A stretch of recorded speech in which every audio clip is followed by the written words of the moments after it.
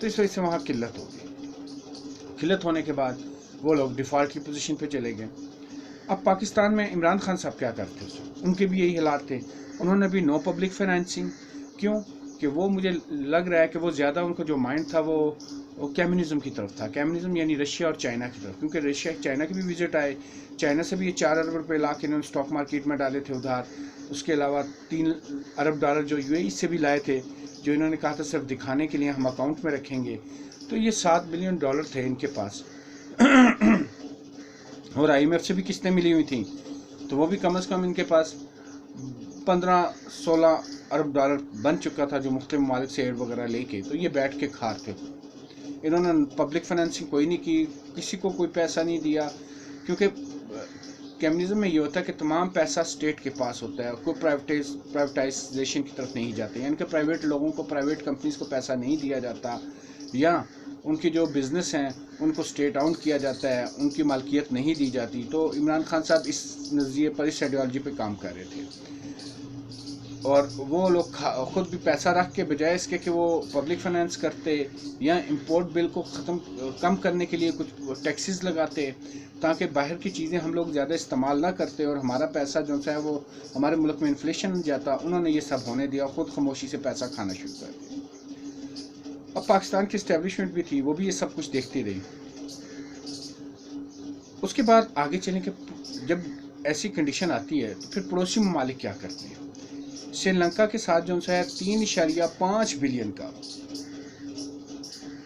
3.5 billion $US کا India نے trade economic agreement کیا کہ چیزیں صرف دی جائیں گی, اس میں پیسہ نہیں ہوگا. 3.5 بلین صرف گڈس کا کیا. اور جیسا کہ میں نے پہلے بتایا ہے آپ کو کہ عمران خان صاحب چائنا چلے گئے, وہاں سے انہیں جو سا ابھی جو سا ہے 2.3 یعنی کہ وہ چائنا چلے گئے. چائنا سے 4 ارب ڈالر لے آئے تھے, وہ بیٹھ کے کھاتے رہے. اب جو موجودہ رجیم ہے, جو میاں محمد شہباز شریف ہے, انہوں نے بھی $2.3 بلین چائنا سے کیوں لیا؟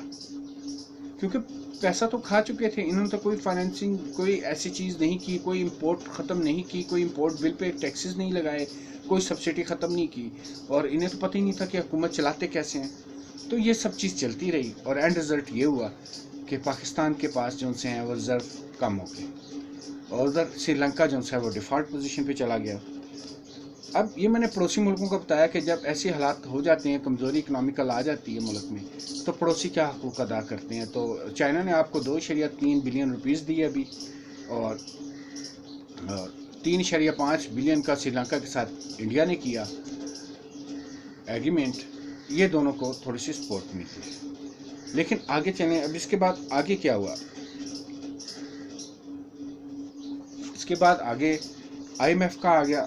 اب دونوں ملک جو سے ہیں آئی ایم ایف کے پاس چلے گئے. پاکستان بھی ابھی جا گیا ہوا ہے, سری لنکا بھی. سری لنکا کا پاس ابھی 10 دن سے آئی ایم ایف بیٹھا ہوا ہے, اور پاکستان میں بھی گاہے بگاہے اپنی کنڈیشنز بتا رہا ہے. اور یہ وہی کنڈیشن ہے جو سری لنکا کی کنڈیشن کے ساتھ ملتی جلتی ہیں. ٹھیک ہے.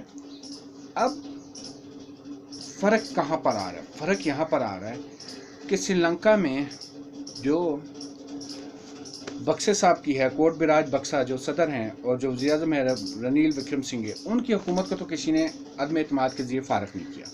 لیکن پاکستان میں 3.5 سال کی حکومت کرنے کے بعد عمران خان اور پی ٹی آئی کو عدم اعتماد کے ذریعے اوسٹڈ کر دیا, باہر نکال دیا. اور یہ سب سے پہلا پلس پوائنٹ تھا جو پاکستان بچانے کے لیے کیا گیا, کیونکہ سری لنکا والوں نے ایسا نہیں کیا اور وہ بیٹھے رہے, لہٰذا وہ ڈیفالٹ کی پوزیشن پہ آ گئے.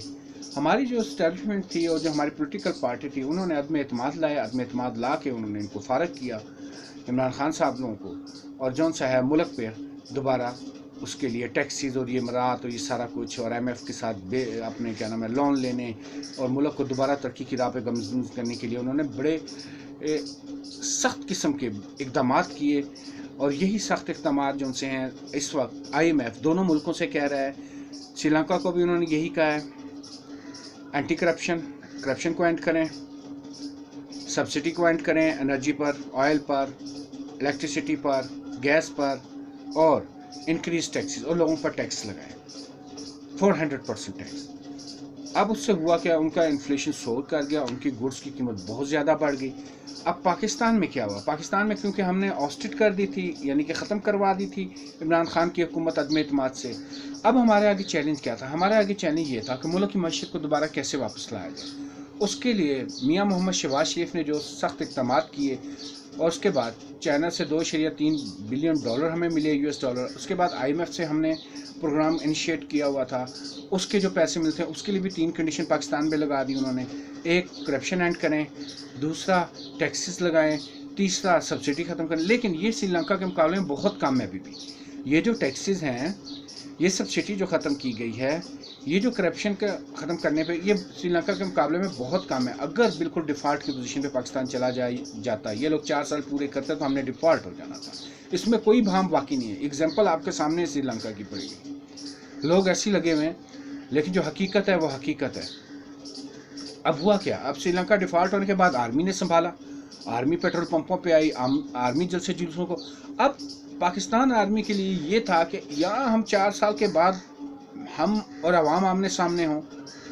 اب یہی بات ہے نا، جب پیسہ نہیں ہوگا، کھانے کو نہیں ہوگا، عوام باہر ہوں گے اور آگے آرمی ہوگی، ملک تو بچانا ہے۔ اب دونوں آرمی اور عوام آمنے سامنے ہونی تھی، اس لیے یہ سب کچھ عدم اعتماد لایا گیا، اور پہلے ہی سے ان کو فارغ کر دیا گیا، جو پولیٹیکل پارٹیز تھیں اپوزیشن وہ لائی، اور ان کو لانا چاہیے تھا کیونکہ ملک کی ذمہ داری تھی سب ملک بچانا، لہٰذا وہ لائے۔ اب آج کل کی آپ کو نیوز میں بتا دوں، آج جو اب تک ہے، IMF نے ان کو پھر کہا ہے کہ آپ کرپشن کو جو ان سے اینڈ کرنے کے وہ اقدامات بھی کریں جو سری لنکا کو پہلے کہہ دیا ہوا ہے، لیکن after 10 day visit of Sri Lanka IMF نے ابھی تک اسے کوئی پیسہ نہیں دیا، IMF نے پاکستان کو بھی ابھی تک کوئی پیسہ نہیں دیا۔ اب آپ کو سملیرٹیز پتہ چل رہی ہوگی کہ ہم کس حد تک کہاں تک پہنچ چکے تھے۔